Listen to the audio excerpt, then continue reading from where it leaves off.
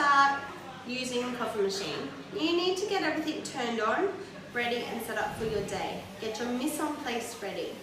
To get your coffee machine turned on, first of all check that the water is on down below here. So there's a little tap, it has an O and a C. You want to move the O to open, to turn the water, allow that open, and you want to move the C to close it at the end of your shift. Then, once your water is traveling up to the coffee machine, we're then going to turn the coffee machine on. So this here is your on-off button. We're going to click that on and off.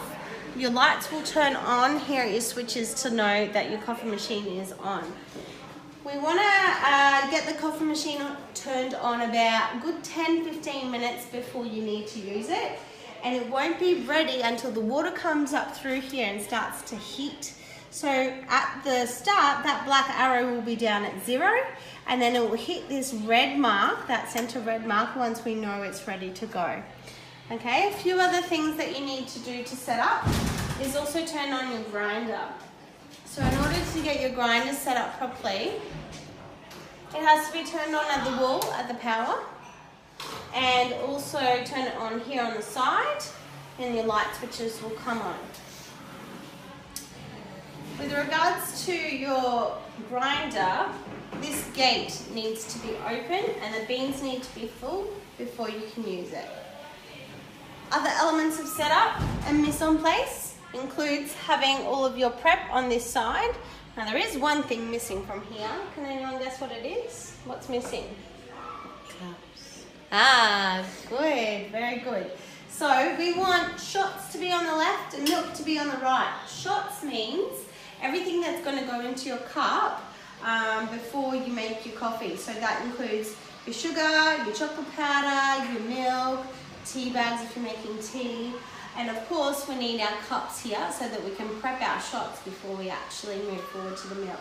So on this side we need to get our cups, we'll get that set up. You'll set up all of your sugars, so take the lid off. Your sugar, teaspoon for your sugar. Chocolate powder, we always use 2 tablespoons of chocolate powder in your hot chocolate, in your hot mochas. So again, just before service, we'll take our lid off for that. Marshmallows, little teaspoon to help you put them in. And again, take the lid off so you're ready to go. And this is our tea bags. And as we said before, we're just missing our cups, and our cups would be along the back there as well. You get all of this set up and ready to go before you start your service. This side is shots, this side is milk. On your milk side, to get set up for service, you need your actual milk. And we always have that at the wall with the handle facing out because it's got to be really easy to just grab. You should be able to make your milk without even thinking about it, without looking at it. I can do it with my eyes closed, so I expect you to learn how to do that too. And one way to speed that up, to increase your efficiency and to be able to do that, like make 10 coffees at a time, is by having things in the same place all the time. So always having your milk in the same place, always having your handle facing out, just improves that efficiency. So if you had your milk that way, you're going to waste 3 seconds just to turn your milk around. Okay, so handle out. The other thing you want to do is make sure you have your jugs set up. We've got a few different types of jugs and sizes. These smaller jugs would be if you're just making 1 coffee. Ideally, I don't really want you using these when you're practicing because while you're practicing, I want you to use this size jug. This is your 500 mils, I think. This is 250.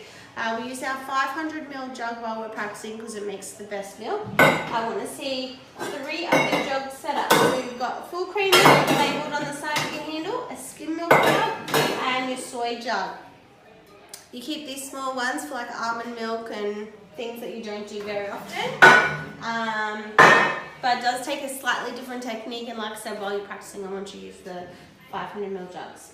The other thing you set up is our water. Now, our thermometers that we use to measure the temperature of the milk, they need to be sterilized in between each milk texturization texturing that we do.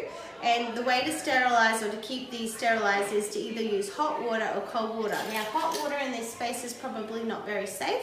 So instead, what we do is get a milkshake cup or some type of stainless steel cup, fill it up with water. Well, actually fill up the cup with ice first and then some water. So it should be mostly ice and water.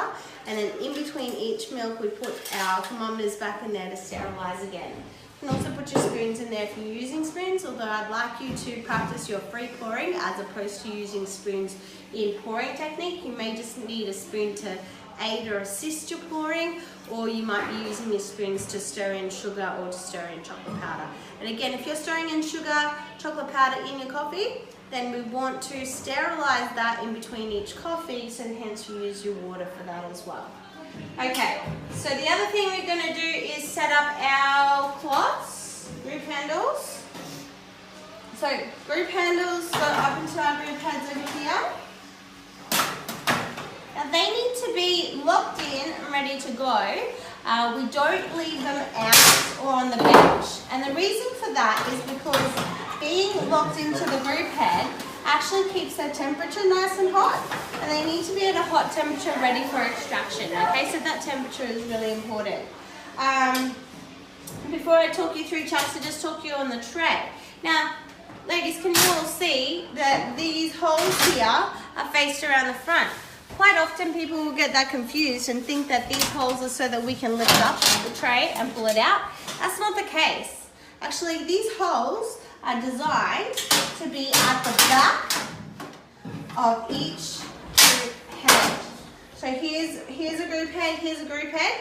Those holes need to go to the back of that, because when we're flushing and cleaning our machine, the water actually goes through the coffee machine, down the back, down those holes to flush out the coffee and all the mess through the back. So those holes need to be at the back. Chucks. We use two different colored chucks. Blue for your bench, purple for your steamer. Okay, you need to have the purple chucks wet, folded into quarters.